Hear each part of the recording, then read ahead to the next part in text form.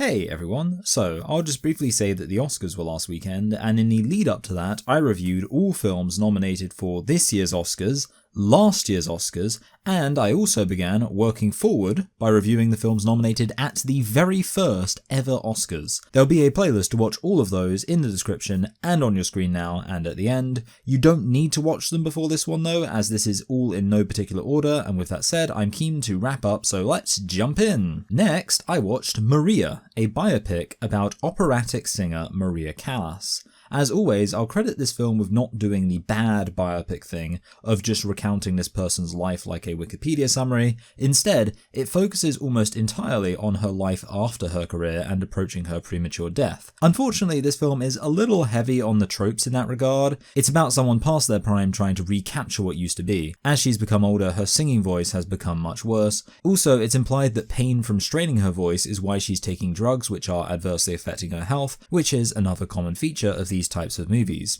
Oh, also she hates the idea of just being mediocre and believes that it's only worth singing if it's perfect. Almost all of these tropes existed in last year's Oscar nominee Nyad. I do enjoy how this film focuses on her diva personality and how that contrasts with her current situation. There's a few moments where she's clearly carrying herself as if she's a celebrity when we don't get much indication of that. The best example of this is that throughout the film she imagines that there's a documentary crew following her around filming her life. So she's talking to this interviewer for the documentary, but she's actually just talking to herself. Although she says that she's working on her autobiography, which we never actually see, and that might be her excuse for talking aloud to herself. I'm not sure if there's a deeper theme around the fact she's writing an autobiography, aside from just the broad reality that people will tend to reflect on their life as they get older. Absent a great theme though, at least this is a clever way of exploring the psychology of the character while also communicating her quite conceited personality. The other prominent aspect of the film is her relationship with Aristotle Onassis, although honestly I didn't really get that much out of it. Generally I support focusing a biopic on one specific point in a person's life, but sometimes if that means a plot point has to emerge entirely through flashbacks, it doesn't feel as powerful. In this case, I never really got a sense of why Maria had any particular enthusiasm for Onassis, or in what sense they had any sincere feelings for each other, but at the end of the film it implies they did. Side note, at one point I thought this might end up revealing itself to be part of some shared cinematic universe, because this director also did a film about Jackie Kennedy, who married Onassis, and we actually see Jackie in this film, but it's not Natalie Portman doing a cameo. That does make me imagine the Pablo Larraín biopic cinematic universe being a box office hit though, PLBCU fans all cheering in the cinemas when Natalie Portman shows up like she's Captain America at the train station in Infinity War. But yeah, overall I found this whole Kennedy-Onassis love triangle thing very uninteresting. More interesting honestly was Maria's relationship with her two servants who live in the house with her, simply because we see more of them and they actually are very well fleshed out as people, her male servant especially. One of the most impactful bits for me is when a journalist starts harassing Maria about her apparent decline in voice talent and her male servant basically roughs him up.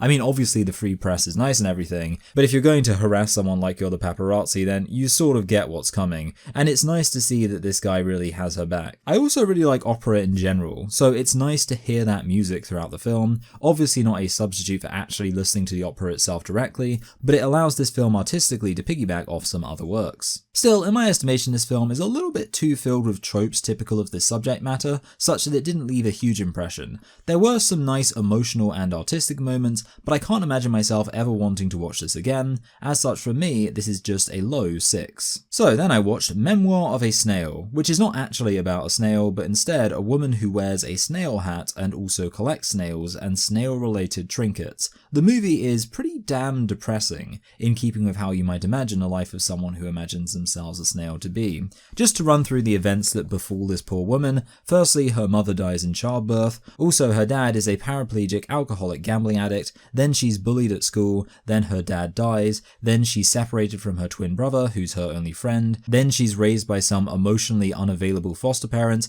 and also continues to be bullied, then she becomes a recluse as she gets older and ends up marrying this guy who it turns out was just making her fat because that's his fetish. Honestly, I was actually worried he'd be a pedo, so it could have been worse. Then her only remaining friend dies. I did feel sad at the end of this film, and I do want to credit the film with making me feel some strong emotions, but also it's not that difficult to make a film that feels sad if it's just about a series of sad things happening to someone. I should say that in the end her life does start to improve. The big moment is that she decides to let her snail collection go and the snails go free. There is a whole theme about cages and animals being in captivity. Her twin brother is constantly setting animals free from cages, and in the end the message is that the main character has been stuck in a cage that's her own feelings. I think the choice to have the snails be what she sets free works really well. We tend to view snails as having a life where freedom is kind of meaningless. What are they going to do? Just slime around being gross and eating lettuce? What does it matter if they're free? Maybe there's a parallel there to this woman who's so depressed that she might not feel freedom is something she should want for herself,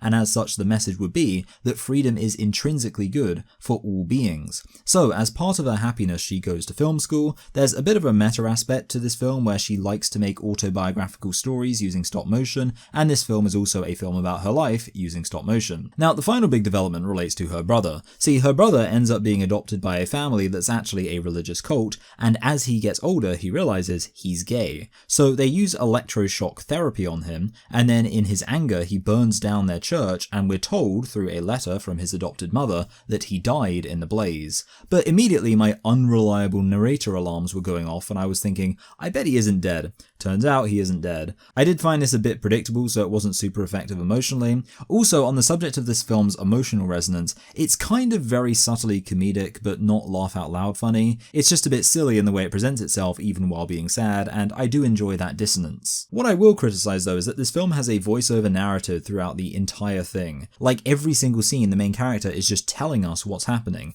how she's feeling, how other people are feeling, what they're doing. The problem is that kind of makes me bored because I like actually engaging with a film actively and picking up what's going on rather than just having someone explaining to me what's happening the whole time. I think the novelty of committing to narration for the entire film is kind of fun. I'm not sure I can think of another film where almost every single moment has someone explaining what's happening. And you know, it was nice to be able to put in my wireless headphones and go to the toilet and tidy my room and cook my food and then go to the gym and not really miss anything because she was telling me what was happening the whole time. I'm kidding, of course. I was watching what was happening, and this is where I should give the film credit for the novel animation style. I mean, obviously claymation isn't novel, but the specific aesthetic is. It's a very depressing, drab aesthetic, which obviously isn't that fun to look at, but it certainly works with the mopey tone of the film. Believe it or not, I'm going to give this film a decent rating of a middling 6. I mean, there's some stuff I didn't like here, but at least it was pretty unique in its presentation and left me feeling something emotionally. That's really all I ask for in a film to get a positive rating. So before watching Inside Out 2, I figured I should rewatch the first one. I get that the whole Pixar wants versus needs formula is a little generic, but I do like that it gives each film a very clear message, which is actually really cool when there are so many other films that don't appear to be saying anything in particular. In the case of this film, the message is clear. The main character is Joy, and she tells us the job of all the different emotions, but when we're introduced to sadness, she admits that she has no idea what the point of sadness is, and the film is about answering that question. What is the point of sadness? And it has a few moments that give us an answer. The first example is when Riley's imaginary friend Bing Bong is really sad about Riley forgetting him, and Joy is getting nowhere trying to cheer him up, but then sadness simply commiserates with him and acknowledges the sadness of the situation, and this allows him to move on. And then the moment that truly makes Joy change her mind is when she looks back on some of Riley's happiest memories and sees that a lot of them were preceded by sad moments that resulted in people coming to comfort her. After this, Joy then trusts sadness to solve the main conflict for the latter half of the movie, which is Riley running away, by stopping her because she gets sad about leaving her parents. And then she fully expresses her sadness to her parents about how much things have been upsetting her since they moved to San Francisco. So that all sounds like a really substantial exploration of the theme, but if you think about it, there are some issues. Firstly, the film doesn't really commit to this idea that sadness in itself can be a good thing, and it also doesn't challenge the idea joy alone is good. So we might still wonder, wouldn't it be better if Riley was just happy all the time? For example, when sadness comforts Bing Bong, I kind of lied by saying she just acknowledges the situation and that allows Bing Bong to work through it. Instead, she tries to find a silver lining. She says, well, it's sad Riley's forgetting you, but I bet you had some good memories. So the film kind of undercuts its own point by having sadness cheer Bing Bong up, but only by reminding him of happy memories. The more obvious example of where the film undercuts its own message is the fact that Joy ultimately decides that sadness has a purpose, but the only purpose is to facilitate moments of joy. If this is supposed to be a defense of the value of sadness, then it's a little weak as one because the film presents joy as an intrinsically good emotion, while sadness is only presented as good for the extrinsic reason that it facilitates joy. But do you know what else facilitates joy? Joy. The biggest moment where sadness actually has a clear purpose in itself, or herself if we're giving emotions personalities, is when Riley is convinced not to run away based on being sad about the idea of abandoning her family, and then also cries because she's sad about being in San Francisco. The issue is that a lot of these problems are only caused by sadness in the first place. Sadness is the reason she randomly starts crying in front of everyone at school, and ultimately if sadness wasn't there, then basically everything that goes wrong at the start wouldn't have happened. I also don't like that they make sadness very annoying and incompetent, while joy is, for the most part, actually better at managing things. I feel like a better way to go would be if sadness was very stoic, but actually gave an impression of being quite capable and able to handle things, and it was joy who was incredibly enthusiastic, but constantly making mistakes. And thematically that would work a bit better because, well, I have three main relevant points that I'd like to see this movie explore. The first is denial. If you are never sad, then you are living in denial, and living that way is like trying to hold back the floodgates when there's a rising tide. So again, if sadness was actually presented as more competent, that could make sense. Sadness is willing to acknowledge the situation as it is, and as such respond to things more accordingly. Also, as someone who practices mindfulness meditation, I wish this film were more able to acknowledge that sometimes just sitting with and experiencing unalloyed sadness is an intrinsically fulfilling thing. If I feel sad, I don't allow myself to experience that sadness as a trade-off for experiencing joy down the line. I think it's actually an intrinsically worthwhile part of the human condition. And this leads me to a final point, which is that I personally feel my willingness to acknowledge negative situations reflects the fact that I'm on balance actually quite happy. Sometimes I meet people who just seem incapable of actually acknowledging a sad thing has happened, and I always assume those people must have a lot of serious issues deep down, because it's clearly much healthier to just be like, oh, that was a bit crap, when something was in fact a bit crap. This isn't just me saying the film is bad because it doesn't do what I want it to do. My issue is that the film acts like it's going to tell us why sadness can be a good thing, and I was excited for that the first time I watched this film, but upon reflection, I don't think it does a good job. Anyway, I will try to quickly wrap up on some other stuff, which is all mostly positive. Something I always look for in these things are actually their own personalities with their own universe type movies is clever world building, and often this can overlap with funny jokes. I love the way this film depicts the way memories work, all these little minions moving around sorting which memories are worth keeping and which aren't. It's also hilarious that they play pranks on the control room by sending up random songs as a way to represent songs that are earworms. Imagination Land is also great, and the moment where they enter the abstract room is nice, and they get to be creative with the animation, while the rest of the film is pretty basic in terms of how it's animated. On a related note, the way dreams are shown to be like a film production set is fantastic, and it's very funny when our main characters accidentally ruin a dream, and then they get a creepy clown from Riley's memories to turn it into a nightmare. And then there are a few other jokes that stood out. The joke about how they just keep facts and opinions together because they look so similar, Bing Bong repeatedly noticing deja vu, things like that. I also like the glimpse into other people's minds, especially when the mum is talking to the dad and it just cuts to all the guys in his brain watching hockey. And then obviously there's the very sad moment where Bing Bong sacrifices his life and submits to being forgotten by Riley, which is obviously very sad for people who had imaginary friends. I never had one, as far as I can remember. Overall, it is very creative the way this movie presents its universe and explores the premise of your emotions being individual people. I also really enjoy the focus of the movie's theming. Unfortunately, as I've explained at length, I don't really like the execution, and for that reason I can only give this film a high 6. Great idea, poor execution. And then I watched Inside Out 2. I generally agree with the consensus that Pixar sequels are typically a bad idea because Pixar stories tend to have very specific focuses where the whole story and characters are built around that message. So if you then try to tell a different story, you kind of have to retcon things, and that's exactly what happens here. Based on what was established in the first film, there really isn't a possible direction you can take Riley that wouldn't feel derivative. So instead, this film decides to add a whole load of new things, like that beliefs are a distinct thing, and these beliefs come together to form a part of Riley's sense of self, and this sort of works like an autopilot where the individual emotions can just step away and let Riley do her thing.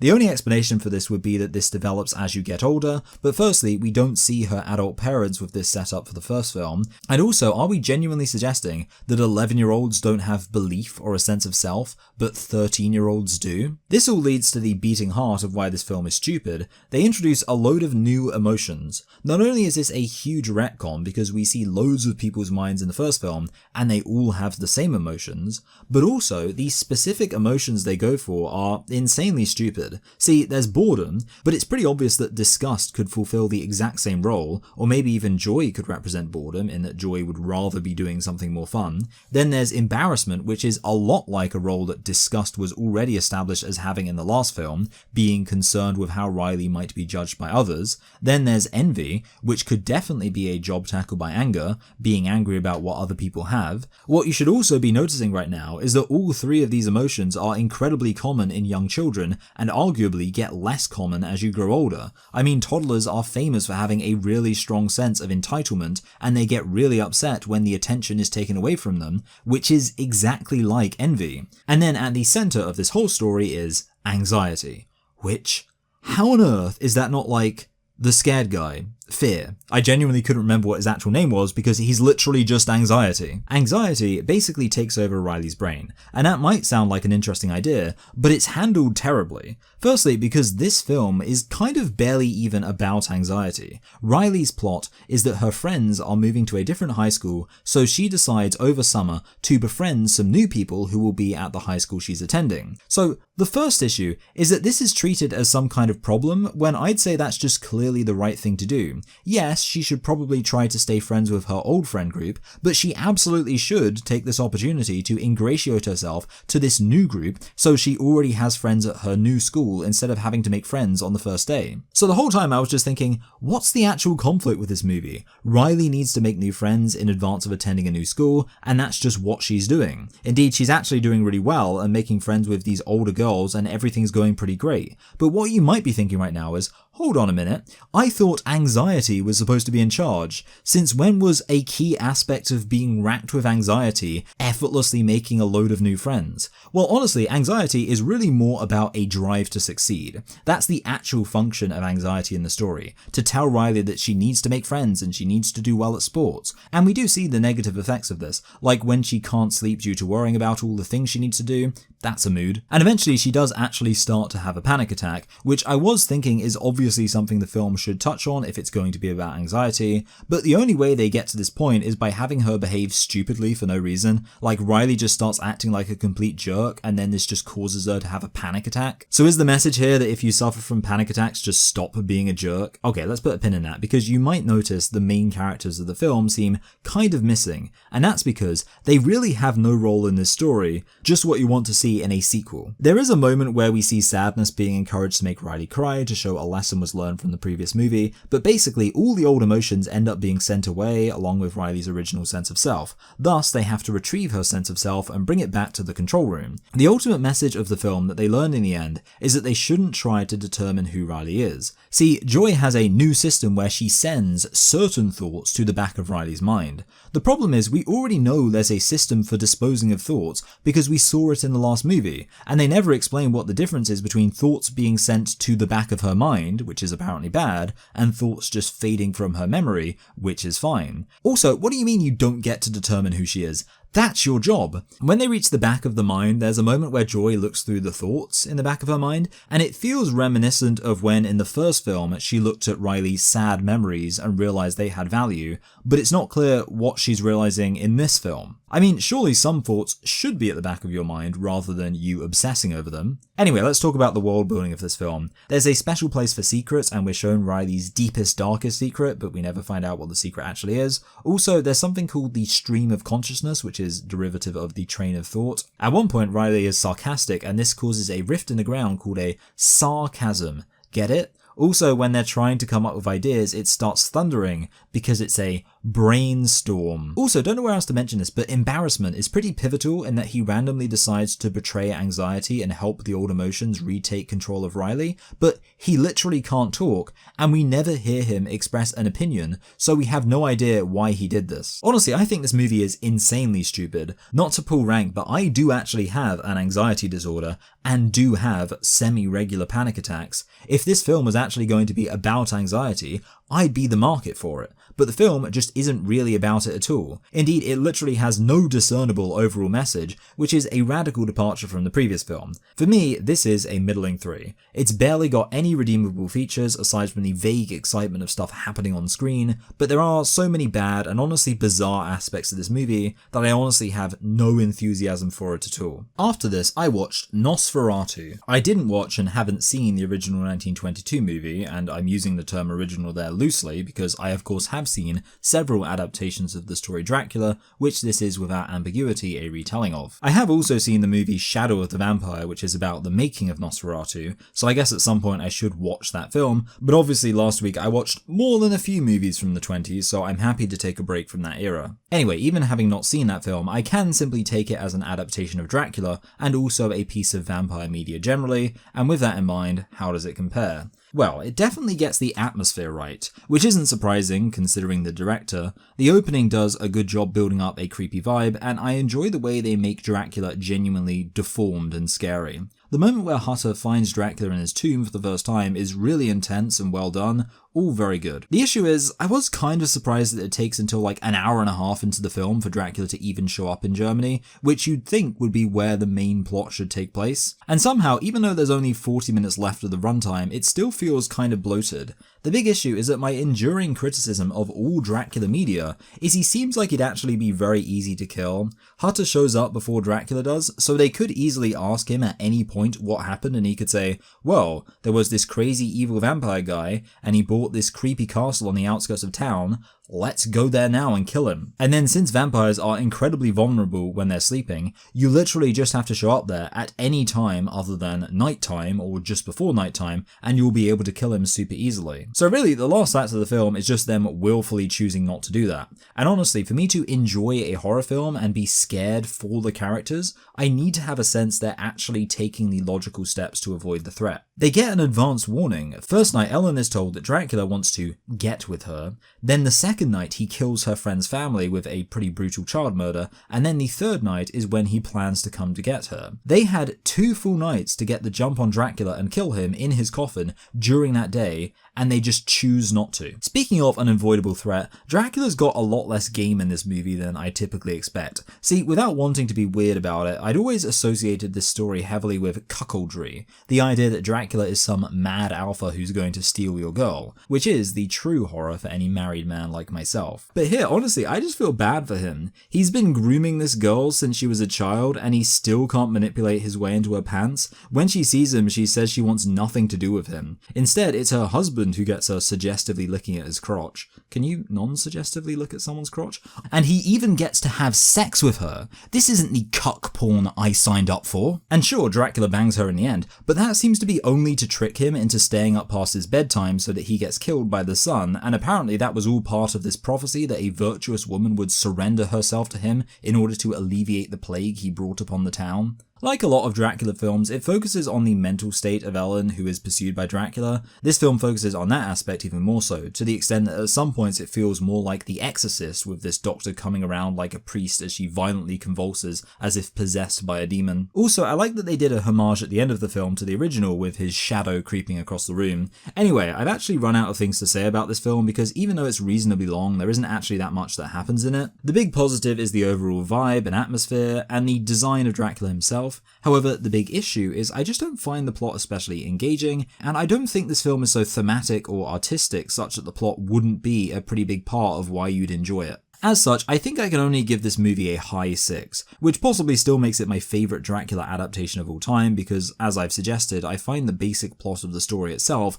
to be really flawed in terms of the final act. Honestly, I'm kind of being generous because I'm rating this higher than the 1933 movie, but if you ask me which one of these two films I'd rather watch again, it probably would be that one. After this, I watched the movie Sing Sing, which is set in the Sing Sing Correctional Facility and tells the story of a drama group within that prison that puts on theatre productions. I sort of thought the shows they put on would have a bit more music, but I guess Sing Sing being about singing and Sing Sing was considered too obvious as a bit of wordplay. Side note about Sing Sing, the prison itself actually seems really beautiful. It overlooks the Hudson River, and honestly, it's a nicer view than most people probably get from where they live. Not that I'm complaining, because it makes the movie seem a lot more hopeful and serene when they're looking out over the beautiful landscape. I also enjoy that this movie is largely about men in an environment where it's important to put on a masculine front of cold indifference, instead getting involved in something that requires a lot of enthusiasm that may not be considered manly.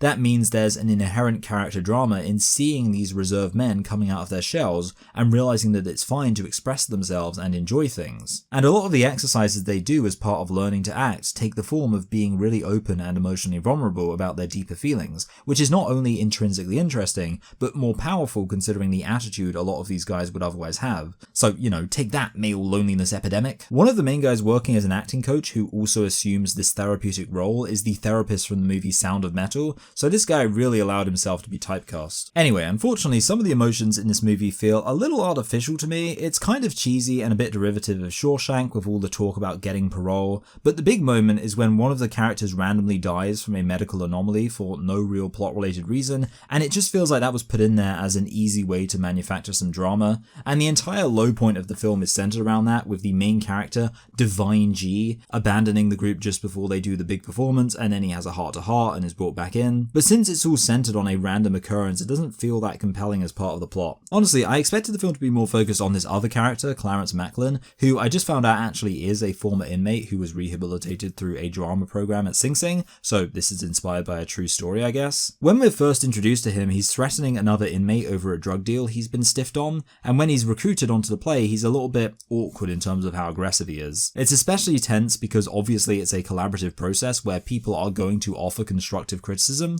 but I wouldn't be so confident someone in prison potentially for a violent crime would be so receptive to my constructive criticism. But eventually this guy's journey kind of fades into the background, and we don't even really circle back round to his intimidating prison persona except for one brief mention of it. It just felt like there wasn't as much tension between this guy's two personalities as there could have been to make the movie interesting. Also, there's a quite on-the-nose line from him where he's like, "I'm a gangster. I've always been a gangster. It's my destiny." And it doesn't really feel like the kind of thing a real person would say. But I'm proud of this guy for turning his life around through his acting, so I don't want to badmouth it at all. I'm interested in any movie that's about the making of art itself. In the case of this film, there was a moment where I thought it was going to be a bit like that episode of Family Guy where Peter ruins Lois's play, because Divine G suggests a very serious play, and then Clarence is like, "Hey, why don't we do a comedy instead, because prisoners need something to laugh at." And then they end up writing this play about a time-traveling Egyptian who participates in Wild West shootouts and goes to outer space and fights Freddy Krueger.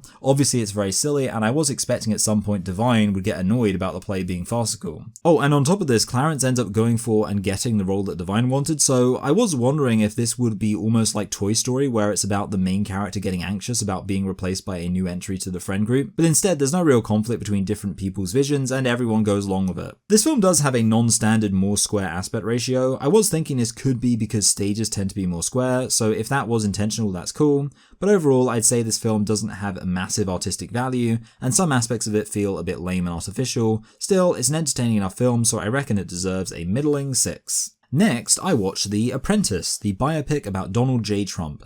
This movie ends with a guy sitting down to write a biography of Trump's life, which will eventually become the art of the deal. His exact words are that he's struggling to come up with an overarching narrative for Trump's life. So, since the film itself admits this is a challenge, does it succeed? Well, firstly, this film gets the credit I'll always give any biopic that doesn't just try to be a Wikipedia summary of someone's life, although in this case it's not surprising because Trump is not only still alive, but his second term as president has barely started. I mean, sure, there was the movie W, but that was right towards the end of the Bush presidency. This film doesn't even touch Trump as president at all, except for a few hints at the idea he might run for president in the future. Instead, it focuses on a 13-year period between 1973 and 1986, and honestly, this is a pretty great choice in terms of having a dramatic story that shows who Trump is. I mean, firstly, we have the rise of his business empire that ramped up during this period. Part of this also involves his conflict with his father as he seeks to assert himself as a superior businessman to the man many would argue he inherited a lot from. On that note, while this film doesn't cover the bankruptcy of his Taj Mahal casino, there is a moment where they foreshadow its fate as people question whether this business venture would actually work. We also see his relationship with his first wife from when they first met until their marriage really starts to fall apart, and we see his brother's issues of alcoholism and eventual early death. But the real focus of the film, and the reason it's called The Apprentice, is the focus on Trump's relationship with Roy Cohn. There's actually a huge amount going on here. The film basically acts as if Cohn taught Trump pretty much everything he knows as his mentor. My favourite example of this functions almost as an origin story for his weird way of talking in really short sentences, where he just adds emphasizing words to the end of every sentence. They show him being coached by Cohn to overhype himself, so he's talking about how he has the best deals, the best, tremendous, incredible, because the whole time Cohn is directing him to say more and more. Cohn is also a pretty complex character in himself. He's one of those secretly gay homophobes. The interesting thing though is that he eventually contracts AIDS because, the 80s.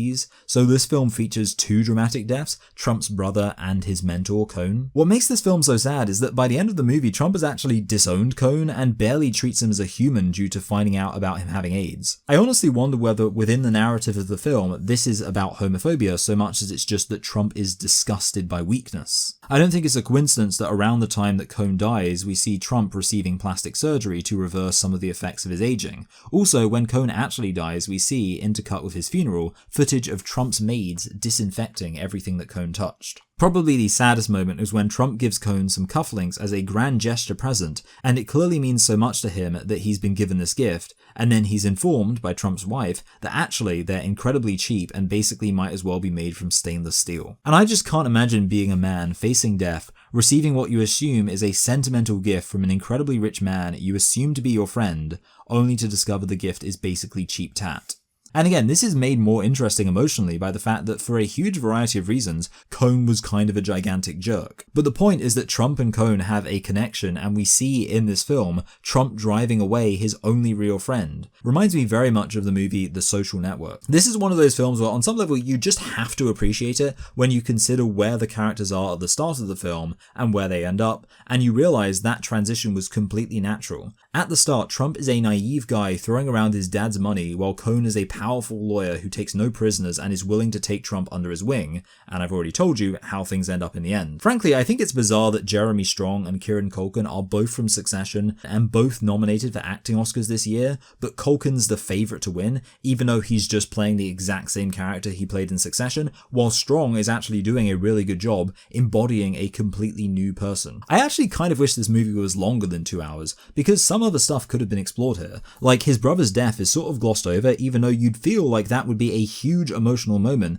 and they could have contrasted Trump's relationship with his brother to his relationship with Cohn, because there are definitely contrasts and parallels there. His relationship with his first wife also to me just kind of felt underdeveloped. I think in part because this was one moment where I felt the main purpose of the movie was just to make Trump seem like a terrible person. Indeed, he actually sexually assaults her at one point. Prior to that, she makes fun of him for looking like an orange and being bold, to which Trump responds with extreme anger. Indeed, this movie is clearly not made for fans of Trump. Early on, they have a whole thing about his family being enthusiastically racist, and also they present the rise of his business empire as being achieved almost entirely through blackmailing people via Cohn's dirty lawyer tricks. As such, watching this film now feels a little cringe. Like, you can't help but be obsessed with the relevance of the movie to contemporary politics. But to future-proof this review a bit, I wonder if the film will be viewed more favourably when Trump isn't as relevant to current discourse. Because I do sincerely think this period of his life warrants an exploration. A lot of the stuff that happens could make for an even better film than this. As for the film itself though,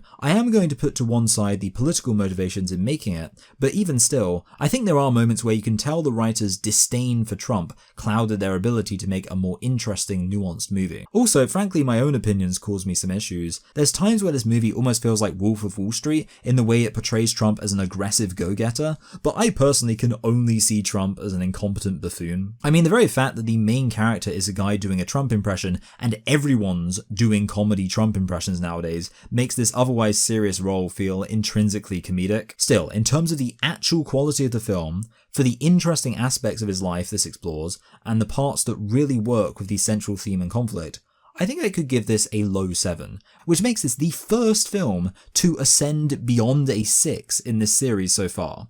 Insane. Next, I watched the 6888, or 6888. It tells the story of the only black female battalion that served in Europe during World War II. Now, when my wife asked me what the movie was about, I must admit I kind of struggled to keep a straight face as I told her the movie was about an army battalion in World War II whose job was to make sure everyone got their mail. Because that is the plot of this film. A woman waits outside the White House for several days in a row, and apparently that's all it takes to get a meeting with the First Lady, where she says that she's upset because she's not received any letters from her son. And it turns out that there's a huge backlog of mail that hasn't been sent to the soldiers. And it sort of makes sense that would be a challenge, considering soldiers are deployed all over the place and therefore the mail can't really have addresses on it, and they do show several different ways that these women try to find out where the letters are supposed to go. But honestly, the real challenge is making a movie entertaining that's just about the bureaucracy of a military post office, which is essentially what the movie's about. Still, in theory, the movie could be good, in that sometimes the more entertaining stories are about things you wouldn't expect to be entertaining, because that incentivizes the filmmakers to really focus on telling a more intimate and deep story. And there are some moments of that where the film attempts to illustrate the value of what these women are doing by showing people being happy to receive their mail. Predictably, in the end, the bad guy general is about to shut down their operation until he overhears loads of soldiers celebrating about finally receiving their mail, and he realizes maybe he's misjudged these women. It's kind of weird because the film acts like they're really struggling with their task, then we find out at the end they actually got everything done in less than half the time allotted to them. What would really elevate this film is if all the core aspects of filmmaking were absolutely on point, and unfortunately that just isn't the case. Firstly, because in terms of messaging and themes, this film has very little more to say than that back in the 1940s black women weren't taken seriously, and that this is bad because actually both racism and misogyny are bad. And you don't need to tell me that. At the start of the film, they travel to Georgia to attend basic training, and I'm not an expert, but I'm pretty sure setting up a military school for black people should probably be in the Northeast, but not Boston. Now, I realize that making a story about black history in America is kind of going to have to feature some racism, but here it just feels way too predictable. And aside from that, the acting isn't really great in this film. The main character, Lena, isn't very convincing at all. Some of the accents sound noticeably forced, although maybe that's just the way military types talk. The film also introduces a romance aspect, an interracial romance. Scandalous. The beginning of the film is actually pretty weird because it starts off showing Lena's white boyfriend dying in Italy, and we see he wrote a letter to her, and then it cuts backwards and establishes their relationship in retrospect, and then we see her finding out he's dead. It's just a strange way of structuring things. In part, I imagine they did it so the film can start off with an action scene and make you think this movie about an army battalion will actually feature the war in it. Really lulls you into a false sense of security there. In the end, Lena finds the letter, which was a good way of making what they're doing seem a bit more personal, although the basic upshot of the letter is that it just gives her permission to move on so she can pursue this underdeveloped romance with this other guy she likes. Overall, this movie is pretty uninspired. I guess I'll give it a low 7. Not sure how I managed to get this wrong when I recorded this, but what I actually wrote in the script was a low 4. That is actually my rating of the movie. I have no idea why I said low 7. Obviously this movie is not a low 7. It's not terrible, but it's just very cookie cutter and generic and has nothing original to say, which definitely isn't a complimentary description of a movie. Next, I watched The Wild Robot. I actually watched it almost a full day ago because, well, it finally happened after reviewing more movies than I can already be bothered to count in the span of just over a month.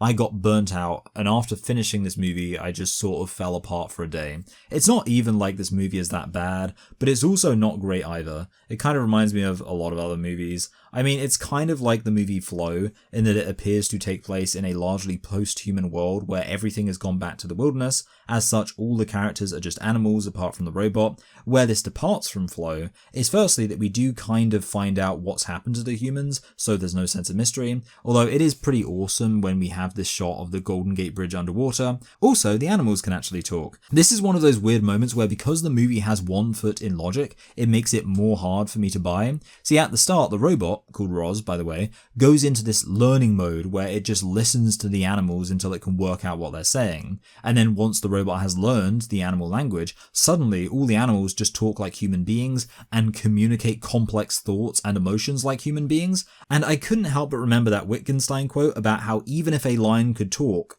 we wouldn't be able to understand it, because, its brain wouldn't be like a human brain. Now, obviously animals talking in cartoons is nothing new, which is why I'm specifically saying I only thought of this because the movie half explained it with this language learning scene, but that just brought my attention towards how they didn't explain why the animals are more cognitively developed than actual animals. The movie also reminded me of WALL-E for obvious reasons, except unlike WALL-E, it doesn't have the same visual and thematic intrigue of the planet being completely uninhabited and almost devoid of life. Also, it turns out that Roz is supposed to be a helper robot because there's a manual explaining how helper robots exist so that human beings don't have to do as much work, which is very similar to how human society is portrayed in WALL-E. And then finally, this film also reminded me of the animated movie Migration that was about some ducks traveling south, and this movie, well, actually I haven't properly explained the plot yet, have I? So a robot crash lands in the wilderness and learns to speak to animals. She accidentally kills a family of birds, and then she adopts an egg which she raises with the help of a fox friend. There's some character-based development around this. Roz is portrayed as not having any emotions, and as such the path to her committing to a maternal role for this goose is a little bit complicated, and her inability to comprehend caring for a vulnerable animal is kind of entertaining. Also, the fox is presented as sly and kind of self-serving, and I did think this was going to lead to a bigger character drama down the line. Early on, he says to himself that it's good that Roz is so trusting, implying he's going to break that trust. But again, relatively quickly, he just ends up happily assuming a paternal role, and the movie then skips ahead to this goose called Brightbill having to learn how to fly so he can migrate south before the winter. And this is why I say it's like the movie Migration, because that movie is basically a road trip movie, except it's a wing trip movie where the plot is just the various challenges they face along the way. This is where I kind of felt like the movie didn't really commit to anything, because having already assumed the movie would be about raising this gosling, I then assumed it would be about the migration, but that actually just gets barely even one scene until the goose returns. I also felt it was a little underdeveloped when Brightbill finds out that Roz accidentally murdered his entire family. It's one of those moments where there's no great place to take it from a character perspective, because obviously Brightbill should be hurt about it, but at the same time it was an accident from Roz back when she was a completely different person, so in terms of character and emotions it doesn't do much for me. There was a pretty good thematic and intellectual point made though, because someone points out that Brightbill is actually quite physically weak, and therefore if he'd just been raised by his goose parents as one of several goslings, he probably would have died due to being unable to compete. But because he was raised by a robot instead, he basically had a cheat code that enabled him to survive. So that's quite a heavy message for a character to have to internalize. It's good that your whole family died, because you're so weak that if they'd have lived, they wouldn't have cared about raising you and you die from neglect. I know sometimes kids' movies like to have accessible messages for kids in them. I hope there aren't too many relating to that. Anyway, so when Brightbill gets back from the migration, it seems like everyone's going to be friends, but then more robots representing the robot company show up to retrieve Roz as their lost property, but she doesn't want to go with them, and the animals don't want to give her up. So the big climax of the movie is basically that all the animals come together with Roz's help to fight back the invading robots, which is honestly a pretty awesome premise for a movie. It's like Terminator, but the humans lost the war, and as such the conflict is just between robots and animals. It's like the nature humanity came from, and the technology that came from us, now in conflict once we're out of the picture. I wish the whole movie had been about this conflict instead of only the final act, because taking the movie as a whole, it kind of feels like three separate plots: a small intimate story about a robot raising a goose, a grand adventure about a goose heading off on a migration, and a big action movie about the natural world coming together to fight back against a robot menace. I'd like this movie more if it committed to one of these things, and honestly I'd prefer the last one since that's the least derivative. Overall, I'd say this movie feels kind of average and unspecial. The lack of focus is something I actively dislike,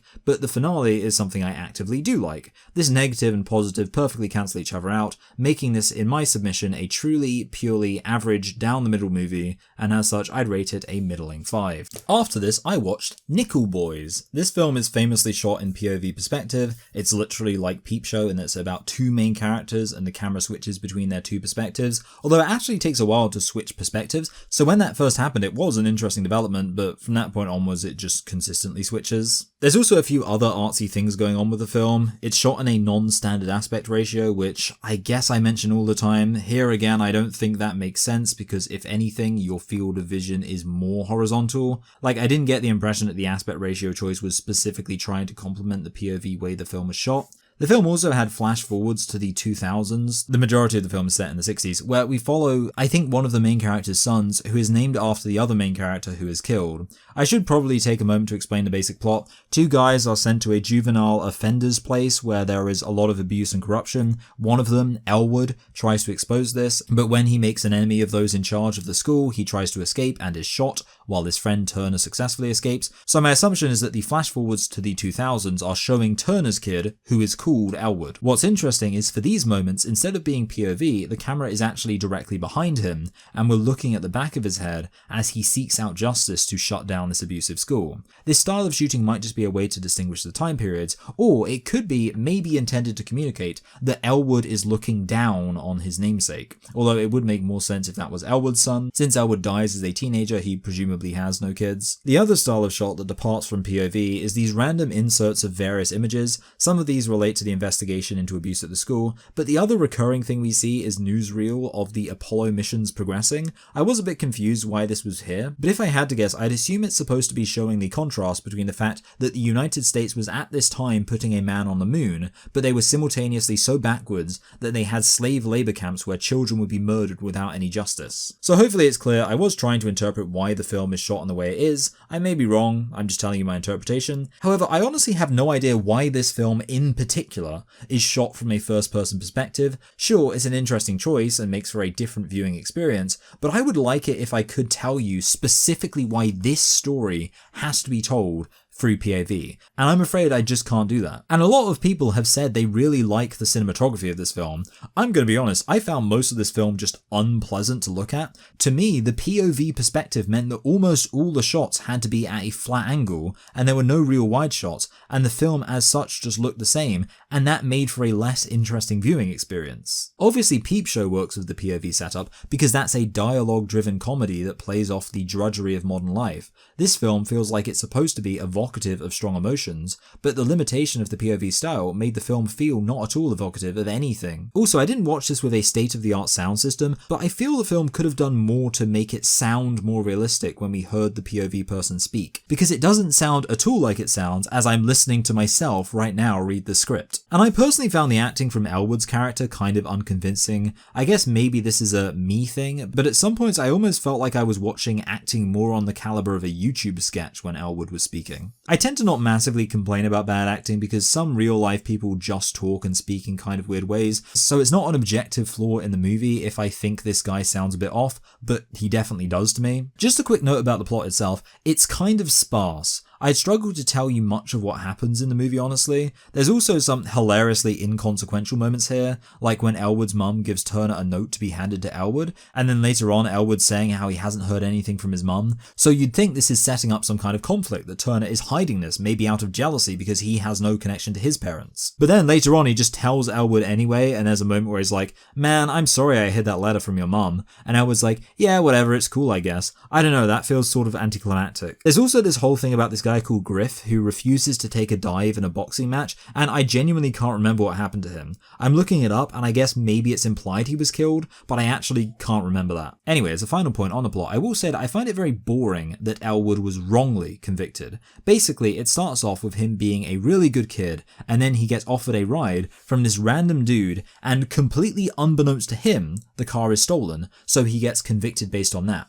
Thing is, that makes this film less morally and emotionally interesting in my view. This is the same problem I have with Shawshank Redemption, which yes, is very similar to this film, well observed. If the character is a good guy from the start, then there's not really much room for him to actually grow and develop throughout the film. Also, morally, I find it kind of gross because it feels adjacent to the whole "he was no angel" thing. Why do movies about abuses within correctional facilities always have to be from the perspective of wrongly convicted people? Isn't the inverse implication implication of this, that if they weren't wrongly convicted, then they would deserve to be treated this way? Anyways, considering the plot isn't that interesting, this film is definitely too long. I have a theory that a film should only be as long as it takes me to check the runtime because I'm starting to get bored, and in this case that was an hour and 44 minutes in. So yeah, if this film was that long, I'd have preferred it. I'm going to give this film a high 6, entirely just for being visually interesting, but oh my goodness, I'm being so generous there based on how much I've complained about this film. Like, I really didn't get much out of this at all, and I have very little interest in ever watching it again, but purely because the way it's shot is very unique for films, I'm giving it a high 6, almost entirely for originality. Now, a fun fact about Wallace and Gromit, Vengeance Most Fowl, is that it's the only movie that I'd seen before with no mind towards it being an Oscar contender,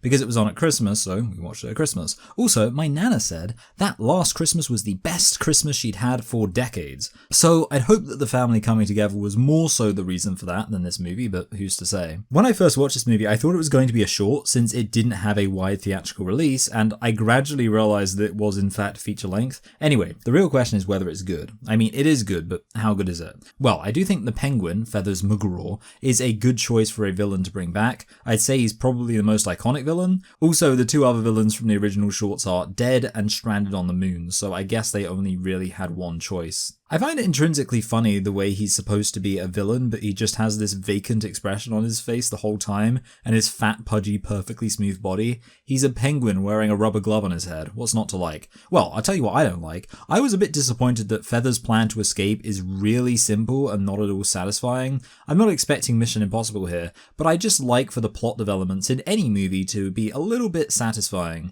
Instead, Feathers is able to invent a completely nonsense extendable arm that can then hack a computer and turn a robot gnome Wallace made into an evil henchman because the gnome happens to be plugged into a computer. Like, it's unsatisfying for the same reason it would be unsatisfying if the guard just forgot to lock his cell door. It's boring. What I did find satisfying was the reveal about the blue diamond, which is what Feathers is trying to steal. Basically, there's a plot point here about how Wallace is too obsessed with technology, and they illustrate that by showing that he hasn't used his regular teapot in ages. So then, when the blue diamond is revealed to be missing from the vault and replaced with a turnip, it's a nice reveal that it's been in the teapot the whole time. It is, on the other hand, a bit too predictable when Gromit agrees to hand over the diamond at the end to Feathers, and of course, to nobody's surprise, he's actually replaced it with a turnip again. In between these two scenes, there is a nice chase where Wallace and Gromit and also some police officers are trying to take down Feathers, so that's at least entertaining. They're riding a desk chair propelled by a leaf blower. That's the kind of nonsense I can get behind. Also, obviously, the classic claymation style is always enjoyable as a unique part of this production company.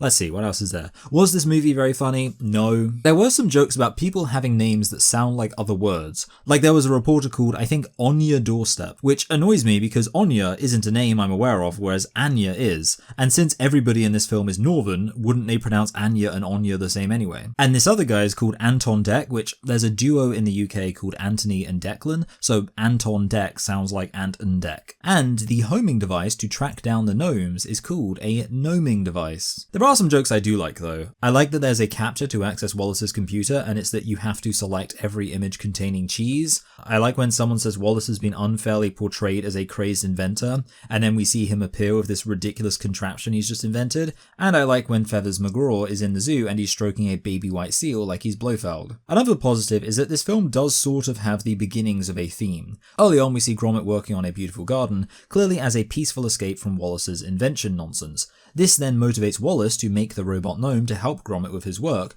but I like the way Wallace specifically says that this will stop Gromit having to toil away in the garden. His logic seems to be that work only ever takes the form of solving a problem, and therefore the faster you can solve the problem and do the necessary work, the better. Which I did kind of appreciate as it touches on the nature of what exactly work is, and whether doing work can in itself be a meditative, enjoyable experience that is its own reward. I'll now disappoint you though and say the film doesn't ultimately become a deep thematic exploration of this point. Still, in terms of rating, it's not a bad film, nothing about it fantastic either. I reckon it deserves something like a middling 6. After this, I watched A Complete Unknown, the Bob Dylan biopic. Now, I'm quite a big fan of Bob Dylan. In fact, I didn't realise this until watching this movie inspired me to search out and listen to some of my favourite songs by him, but turns out my enthusiasm runs deeper than most because a lot of the songs I was listening to only had a few thousand views on YouTube. So you might think this would prejudice me in favour of the movie, but when a movie's about a singer I really like, it actually has an uphill battle against the fact that you could just listen to a Bob Dylan album. I liked the moments where he was playing music. Obviously the film almost entirely features his greatest hits, but the film has to be offering something more, or else you could just listen to an album of his greatest hits. And while I like his music, I didn't really know much about Dylan's life, and I guess the takeaway here is that his life was pretty boring, because nothing that interesting happens in the film. I will give it the standard kudos for actually focusing on a specific aspect of his life, rather than just being a glorified, unfocused Wikipedia summary. Instead, it just focuses on his early career, which actually starts incredibly early here. The title is probably the least appropriate title for a musical biopic ever, because he's not a complete unknown in this film at all. In almost every other musical biopic I've seen, there's been an extended period of time where the central musician has been struggling to break through and have their music heard. But here, the film starts with him immediately impressing Pete Seeger and Woody Guthrie and being directly elevated to fame by them. If Dylan almost immediately becomes a famous musician in this film, then where's the struggle? And if there is no struggle, then where's the drama? Well, there's kind of a struggle with his relationship. He argues with his first serious girlfriend Sylvie quite a bit. I do like how when he's having one of those arguments, he's playing the melody to Don't Think Twice. Very appropriate choice of song. Anyway, he's also sort of in love with Joan Baez, and okay, 3 things worth mentioning here. Firstly, there are moments in this film which feel very derivative of Walk the Line and the relationship between Johnny and June in that film. James Mangold directed both movies, interestingly. He really needs to find a way of presenting romantic chemistry other than just having 2 people sing into the microphone while looking at each other. Secondly, while the possibility that he'd cheat on Sylvie with Joan might seem dramatic, he actually breaks up with Sylvie pretty early on, so he wouldn't even be cheating. And then thirdly, when he kind of tries to rekindle things with Sylvie, he and Joan have already moved on from any romantic chemistry, which makes Sylvie look like a completely insane person when Joan and Dylan are just platonically singing with each other and she starts bursting into tears as if she's been directly cuckolded. It all just feels contrived, but like they couldn't even be bothered to contrive a conflict that even makes sense. The conflict is nothing more than, my sort of casual maybe boyfriend is singing a duet with a woman. What a tragedy. Now the only other source of drama comes from basically the question of selling out. I guess when he's getting record deals within 5 minutes of the start of the film, that's the only direction they can really go. Firstly, there's a whole idea that folk music should only be about playing covers and nobody wants to hear original music, which obviously contrasts with the reality that Bob Dylan was the progenitor of many classic folk songs. Then it moves on to the fact that he gets annoyed that people just want him to play Blowing in the Wind because he wants to take his music to bold and new places. This is very cliche, of course, and it all culminates with him performing comparatively rock and roll music at a big folk festival and being booed by the audience, showing us that his style of music just can't be contained by the man. There's also some stuff early on about communism and the idea that folk music is too politically subversive, but that doesn't really go anywhere. The film ends with Bobby talking to Woody Guthrie, and you get the impression his relationship to Guthrie is supposed to be something we reflect on. If you're interested, Dylan did perform a 7-minute spoken word piece called Last Thoughts on Woody Guthrie, which is worth a listen and does a much better job expounding his feelings than this film does. Finally, I'll say that Timothée Chalamet's performance was fine, but I really couldn't see past the fact it was somebody pretending to be Bob Dylan. I'm not sure if this is just because Chalamet is so famous as an actor right now, but I feel like it must be more possible for someone to disappear in this role. Part of the issue is he's played to be very mopey here, even though a lot of the Bob Dylan songs I like are very silly. You know, I can't imagine this guy singing Bear Mountain Picnic Massacre or Havana Blues. I should also mention I haven't seen the other Bob Dylan film, I'm Not Here, but that was Oscar nominated, so at some point I'll talk about it. I suspect that I'd enjoy it a lot more because that film's a lot more experimental and creative. This film is just a pretty basic biopic, and it doesn't really do much more than present a pretty boring part of someone's life, interspersed with some good music, and a not entirely convincing effort to impose a story and sense of conflict on top of that. I could be more negative about this movie, but because it's fine and I do at least enjoy aspects of the music, I'll give it a positive rating and a low 6 out of 10. So now we actually have a last minute addition because I didn't even realise this film had been nominated for an Oscar until I saw a review of A Different Man, which I reviewed in part 1, and they said this film was not to be confused with Better Man. So having added that to the schedule, I fittingly happened to be watching it immediately after A Complete Unknown, and this is also a musical biopic. It's about the career of the most world famous enigmatic superstar that precisely 0 Americans have ever heard of, Robbie Williams. Now as a music biopic, this is quite cliche in its story. Not only do we have what feels like a borderline obligatory scene where Robbie is meeting with, I guess, an agent or something, and he's singing one of his songs, and then the agent is like, no, this music isn't you, you're playing what I want to hear, but I want you to play something from the heart. And then obviously he just has his scrappy looking notebook where he's jotted down some lyrics, and he performs that, and the guy is blown away. Very unoriginal. Also, the entire drama of the film is about his issues with drugs and his fractured relationship with his dad. Even though the previous film was from the same director as Walk the Line, this one's actually the more similar in terms of plot. His relationship with his dad is interesting in that his dad is also an aspiring performer who ends up abandoning him to pursue a career and only returns back when Robbie is approaching being famous. The dad throws out a few motivational lines at Robbie, but I don't know if they ever bring this story to a super interesting emotional climax. They do reconcile in the end, but seemingly that's just because, well, it's just not good to hold on to grudges. Anyway, I've started off talking about the basic plot because it's worth pointing out how similar this film is to other biopics before acknowledging the way it's very different, which is that Robbie Williams is presented as being a monkey. This obviously makes the film more interesting, but I think it needs to be recognised that you could take any cliche movie and randomly make a character a monkey and achieve the same effect. I'm not sure if there's a particular reason why Robbie, more than any other musician, should get a biopic with this unique presentation. I can only infer it's because he sees himself as stupid like a monkey because of his reckless lifestyle. It might be because of his commitment to being an entertainer, you know, dance monkey dance, but the only issue with that is the whole monkey motif is generally negative. For example, at some points while he's performing, he keeps having mini freakouts as he sees other monkeys in the crowd which represent demons from his past. Towards the end of the film, there's this whole scene where he has a violent, over-the-top imaginary fight with monkeys as he slays the demons from his past. This is another point to the film's credit. It's not just that they slapped a monkey filter on this dude, they do make several interesting decisions in terms of the presentation. Indeed, the film is a lot more like a musical than most other biopics. Obviously, all musical biopics feature music in them, but here there are some full-on choreographed performances right in the middle of the narrative, which I mostly enjoyed. I especially like the decision to pair the song Angels with the death of his grandmother, or Nan if you're northern. There was also one musical number they used to basically fast forward through a romantic subplot. That's a good, efficient way to show people falling in love, but I wish they'd waited a few more scenes. He meets a woman for the first time, and then Robbie quite unnaturally transitions to just starting to sing, and we see a montage of them getting married and having children. Just a bit too rushed. The one thing that really stands out about Robbie's story to me is that he was initially a member of Take That,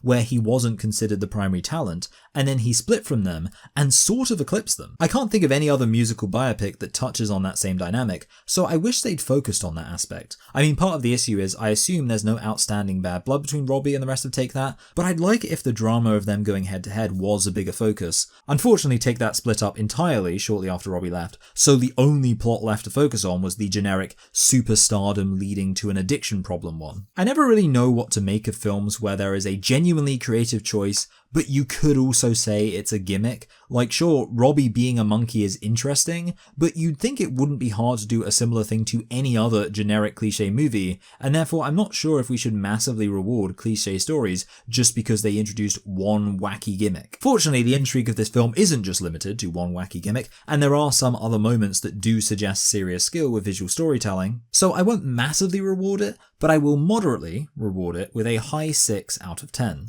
And once again, we reach the end of the video, and we're closing with The Brutalist. Before I talk about this film though, I first of all need to talk about the concept of brutalism itself, because this film could easily be a 10 out of 10, since the concept of brutalism is so pregnant with ideas to explore.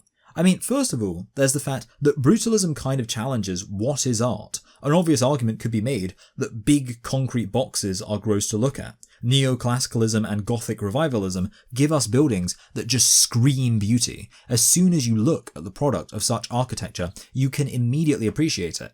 But the argument for brutalism would be that its artistic value is more subtle and abstract, that the raw nature of a simple geometric shape can be beautiful in itself, especially in the ways it might punch through a world that is otherwise very delicate. Amidst gardens and forests and flowing streams and fluffy white clouds, there is artistic value in the dramatic contrast of just a big, solid block. And you could argue that some other forms of architecture are sort of gilding the lily. Beyond that, of course, brutalism also revels in extremes in a beautiful way. A lot of the time, brutalist architecture features big, empty, minimalist spaces where the room can really breathe. This minimalist architecture kind of harkens to notions like Zen and what's in a more secular wording termed mindfulness. Yes, you can have a really nice room that's filled with lots of ornate stuff, but perhaps true happiness is to exist in a big empty concrete box and be happy.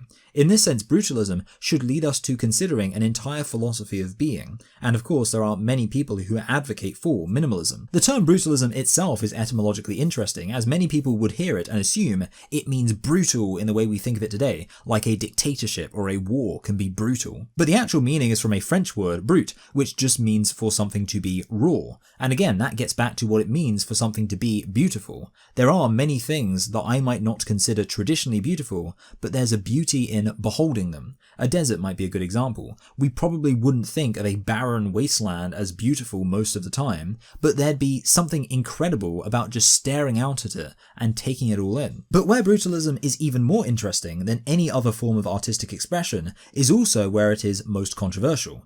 People have to actually live in brutalist buildings. A blank white canvas at a modern art museum may well be a bold statement on the nature of art itself, but if you don't like it, at least nobody is forcing you to have it on your wall or to even see it very often. But brutalist buildings often can't be avoided by those who live close to them, and when housing projects are built in a brutalist style, things get even more fraught with conflict.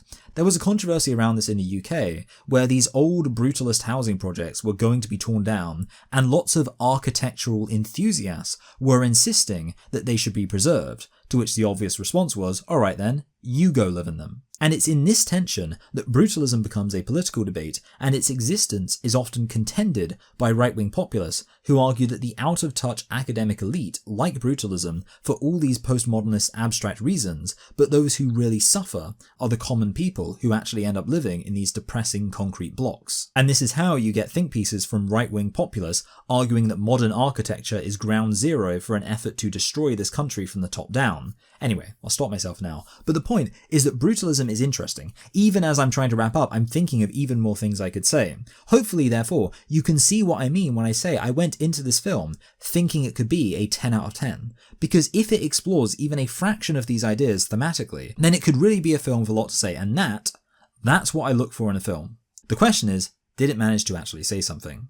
There are moments where the film begins to explore the idea of how brutalism can be beautiful. The earliest example of this is when Laszlo's patron Harrison Lee Van Buren basically outright asks him why he makes the types of buildings he does. The only response Laszlo gives though is to say that the construction of a cube can be beautiful in itself. The latter half of the film is subtitled The Hardcore of Beauty, but I wouldn't say the film explores beauty that much, although speaking of hardcore, there is a moment where Laszlo watches pornography, and you could say there's a connection between the naked beauty of the human body and the naked beauty of concrete assumed by brutalism, although pornography often isn't considered beautiful, so maybe that cuts both ways and touches on how brutalist beauty is not traditional. On that note, there are a few naysayers to his projects. A close associate of Harrison is shocked that he actually wants this big concrete cube, and Harrison mentions that some are concerned it will destroy the natural beauty of the hillside. Personally, I do enjoy watching Laszlo make the little models of his projects and seeing his process in action. I also wonder if it was intentional to show that his own living space is actually very cluttered and ugly. Maybe that hints at the fact that this academic abstract notion of beauty in simplicity runs contrary to lived reality. Anyway, the only final thing I'll say on this point is that the film ends with a montage of several more classical architectural styles despite being a flash forward, so perhaps the message there is that despite brutalism seeming cutting edge and modern at the time, these classical styles have truly stood the test of time. On that note, I'll say regarding politics, the film doesn't say much about right-wing populism and the broader political dimension to brutalism, except for obviously the fact that Laszlo was a victim of Nazi persecution, and then he's subject to suspicion based on his own foreign ancestry. But these are all presented as peripheral or past concerns rather than a contemporary major issue. One thing I did appreciate is that this film is set in Pennsylvania, and they do put a big focus on Pennsylvania's construction industry. This perhaps suggests that functional industrial architecture does have a place as an authentic part of traditional history in some contexts. When lots of what we're shown of the state is post-industrial hellscapes, maybe some big concrete blocks would actually be more traditional than the cringe, inauthentic, pseudo-Roman LARP of neoclassicalism seen in Washington, DC. Regarding the presentation of the film, I was a bit disappointed with the cinematography, in that I expected to see more use of crude, abstract geometric shapes in the shot composition to line up with brutalism. Instead, most of this movie didn't appear to be shot with any intentional relation to the artistic value of brutalism itself. One thing I did notice was when Laszlo picks up his wife and niece from a train station, everything is grey, including even the air itself with the steam from the train around him, and he is holding a bouquet of flowers. One argument for the aesthetic value of minimalist design is that the bland decoration allows natural colour to really stand out, and that certainly applies to the shot composition there. However, aside from that, most of the visual intrigue from brutalism just comes from the fact this film presents brutalist architecture. But, well, obviously if you just want to see brutalist architecture, you can just go see it without watching the film. There is one meta thing I potentially liked about this film. See, it's very long, but one of the points of brutalism is having absurdly large interior space. Space that some people might consider wasted. Indeed, a big focus is how Laszlo really wants the rooms to have high ceilings, even though lots of people argue the ceilings would be ridiculously high considering the other dimensions of the rooms. Well, if we're talking about things being unnecessarily and almost bewilderingly large and empty, then having this film be 3.5 hours could be a great meta way of embodying that feeling within the film itself. But for that to work, the film would have to be very slow paced and also have shots that go on longer than they need to and basically give the film, in a temporal sense, a massive amount of empty space. If it did that, it would work fantastically. But unfortunately, I actually feel like some of what's in this film just strikes me as clutter that runs contrary to the whole point of brutalism. Like, there's a big drama where a train carrying important equipment is violently blown up. He also has a whole heroin addiction and his wife ODs at one point after he gives her heroin. And the craziest thing that happens is when Laszlo is intoxicated, Harrison sexually assaults him. And I'm really not sure what that's supposed to add to this film. In fact, considering a common point of confusion is people thinking brutalism is supposed to be brutal, the film kind of adds to that by depicting something very brutal. The issue is, in adding in all this melodrama stuff, the film kind of catches itself between a rock and a hard place, because it's too long and meandering to actually be entertaining as a dark drama, but if it's supposed to be a thematic art film, then having all this out-of-place melodrama takes away from that too, so it's caught in the middle. One final unnecessary addition to this film is that early on we hear a newsreel about Israel being established, and later on a character moves to Israel. I was thinking him being Jewish does make some sense, because Jewish synagogues tend to actually be quite minimalist, certainly in contrast to Catholic churches, which are all gold and gaudy.